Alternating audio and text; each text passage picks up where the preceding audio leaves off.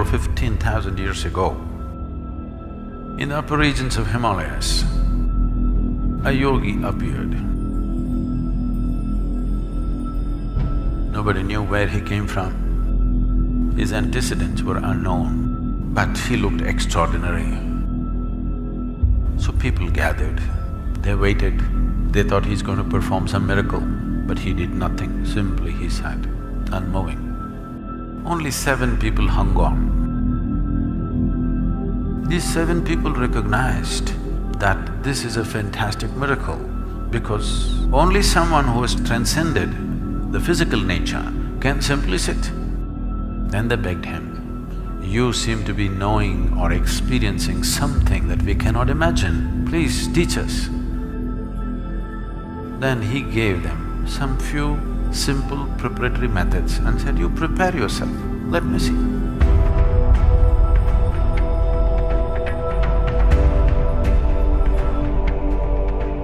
They went on preparing themselves.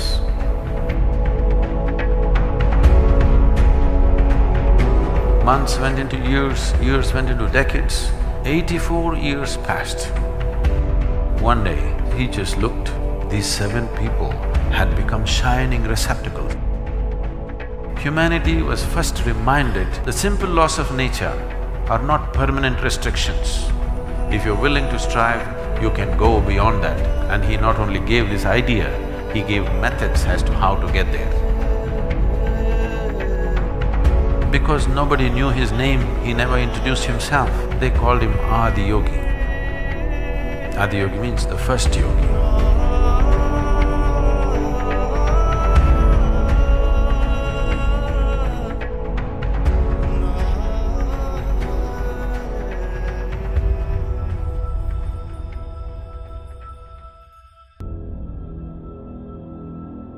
When Adi-yogi transmitted his knowing 112 ways, the 7 disciples that he had, the Saptarishis, he divided this into 7 parts of 16 each.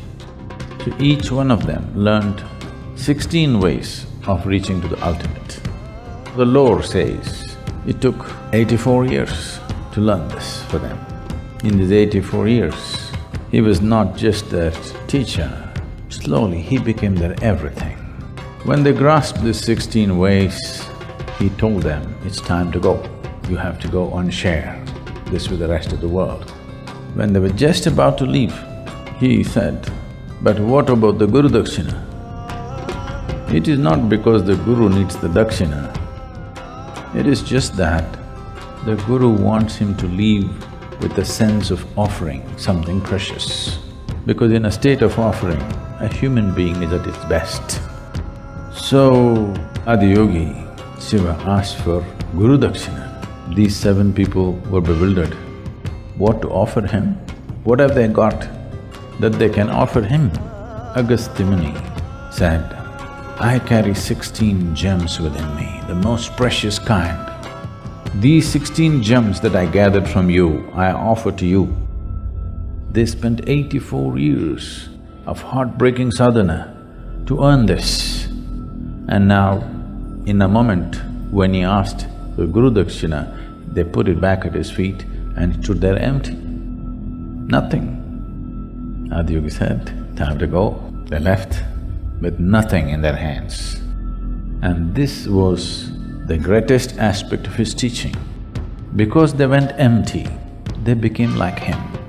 Shiva means that which is not, they became that which is not. Because they became like this, all the 112 ways found expression through all the 7 of them.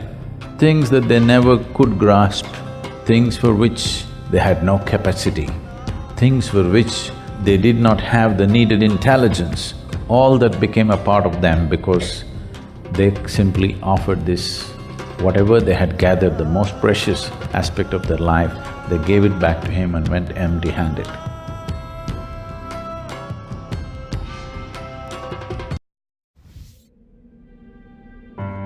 The coming year is a historic event in many ways.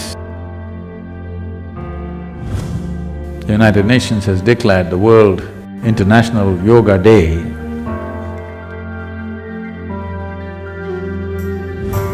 over 15,000 years ago. Since Adi Yogi, many things have happened in terms of propagating yoga, in terms of reaching out. Many administrations in the form of kings took to yoga. For the first time, the head of a major nation on the planet is talking about yoga in public, in international fora. And I invite him to address the assembly, Mr. Prime Minister. योग केवल व्यायाम भर न होकर अपने आप से तथा विश्व व प्रकृति के साथ तादात्म्य को प्राप्त करने का माध्यम है। This could be a kind of a foundation stone to make scientific approach to the inner well-being of the human being, a worldwide thing. That if you want to be well, you don't have to seek heaven's help. You can turn inward and fix it. This is the message when you say there is a International Yoga Day, this is what it means. The world is beginning to accept human well-being is not in heaven, it's within us. It's a tremendous step for the world, and for the first time, 177 countries get together to pass a resolution. Never before in the history of United Nations, 177 countries have voted for anything. I want you to understand, this has lived for over 15,000 years without any kind of one organization pushing it or forcing it, simply because of its efficacy, because it works, it's lived.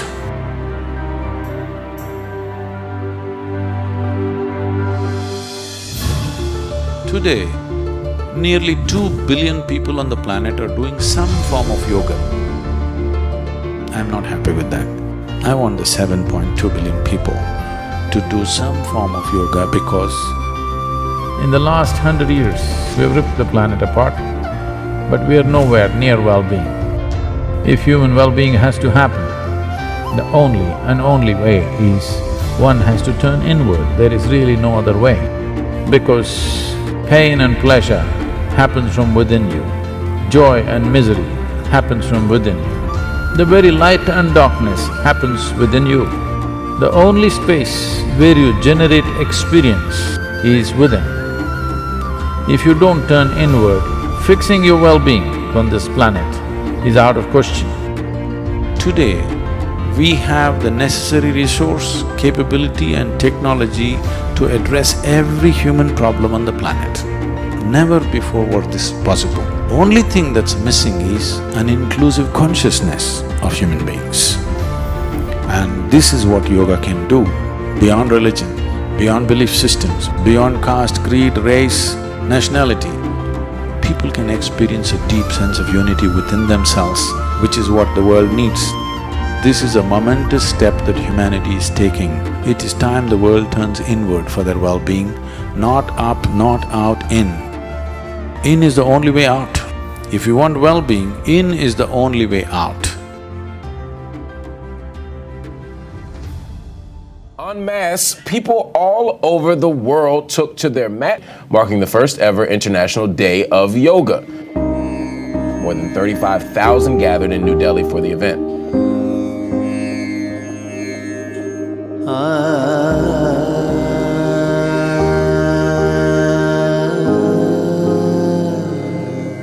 Isha Foundation also stepped forward to help reach yoga in a massive way. No less than 35,600 Isha teachers taught Upa Yoga classes in over 1 lakh locations around the planet to bring the true wealth of yoga to people everywhere. Over 2 million across the globe took time out to become a part of Yoga Day. Today we heard Sadhguru speaking. It's a very enriching experience. People from different cultures, ethnicities and religious backgrounds created a global wave. I just did one of the yoga classes. It was really good. The videos were really easy to follow.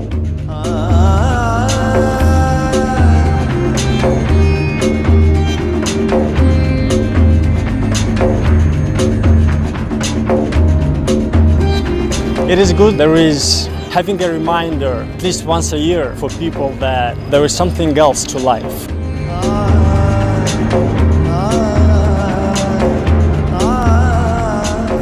June 21st, International Day of Yoga, has become a day to remember. Great experience for everyone.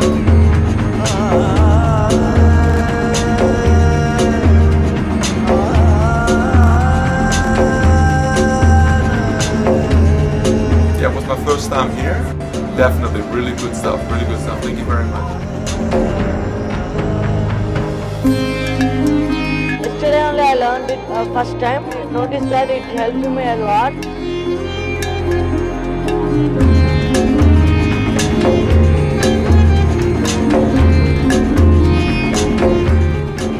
Even 35,000 feet up in the air, people were getting high on yoga.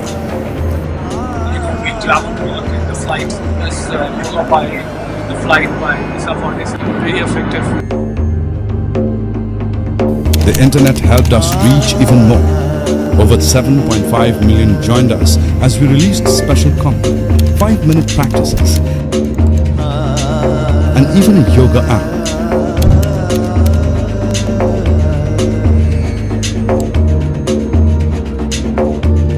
The inspiration behind this whole effort was Sadhguru, a profound yogi and mystic of our times.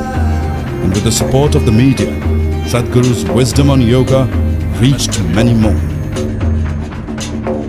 Sadhguru, he runs the Isha Foundation, which is an international yoga foundation which has trained about 30 million people.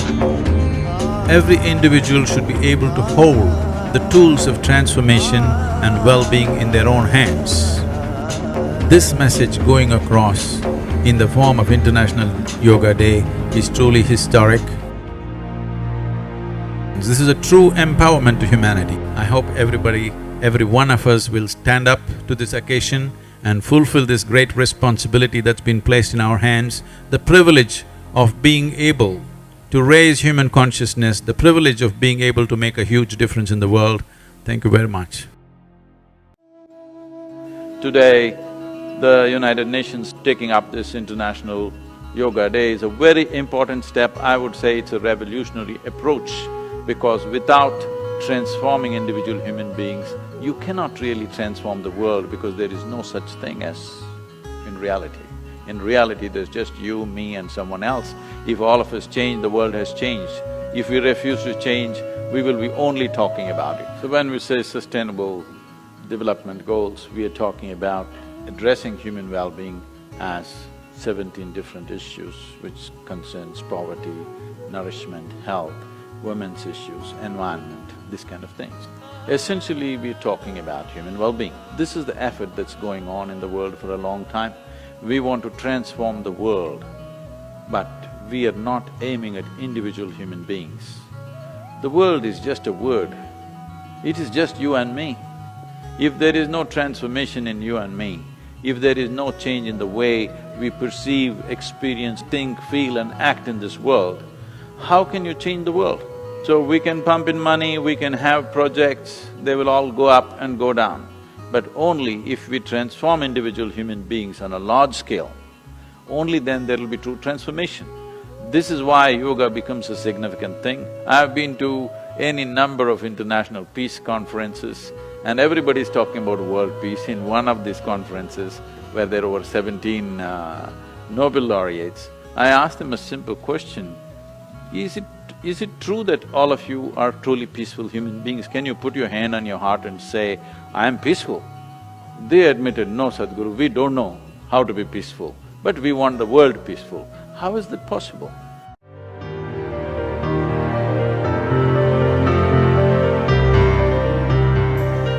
Hatha Yoga is a way of aligning the geometry of your system with the cosmic geometry.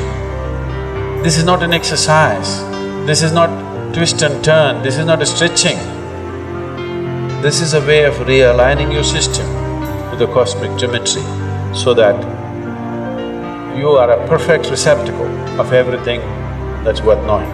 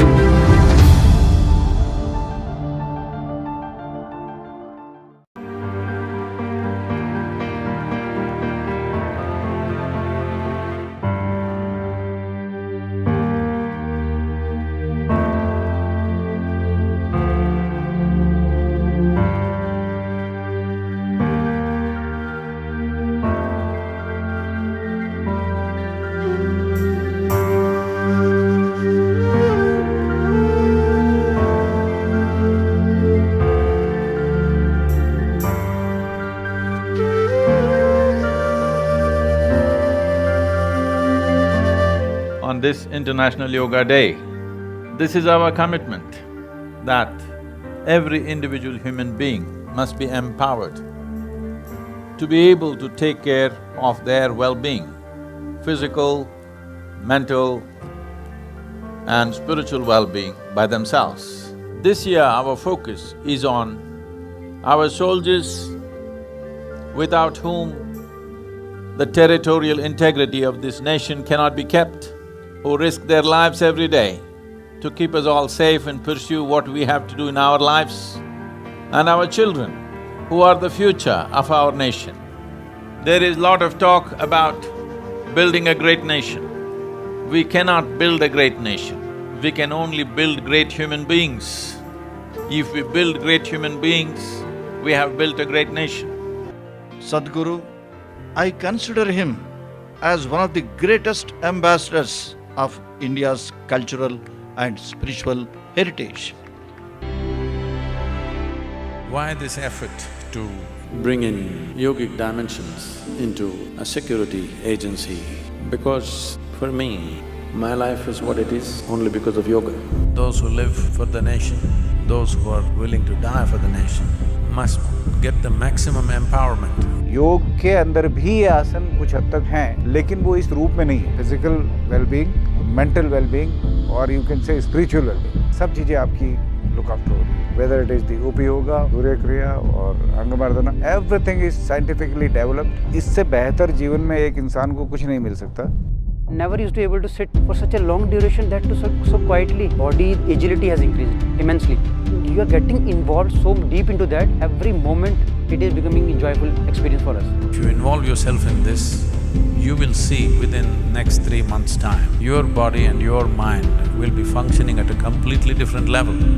The way they have taught us the yoga, really we are very much thankful to them. Environment over here is very pleasant, you get devoted to it. After a long time, in such a nice way that we all were sitting together on the ground and having the meals. We have got beautiful people around, especially the teachers, the volunteers. I mean, you can feel that happiness in them. I got tears in my eyes, sometime in Vixhall. Thanks so much. हमें realize कराने के लिए कि हम कुछ कर रहे हैं. The presence of Sadhguru can be felt in everything. Whether you are taking food or whether you are going to room or whether you are practicing. सद्गुरु युग पुरुष है, भारत के लिए एक बहुत बड़ा वरदान है। मेरा इनको शत-शत नमन।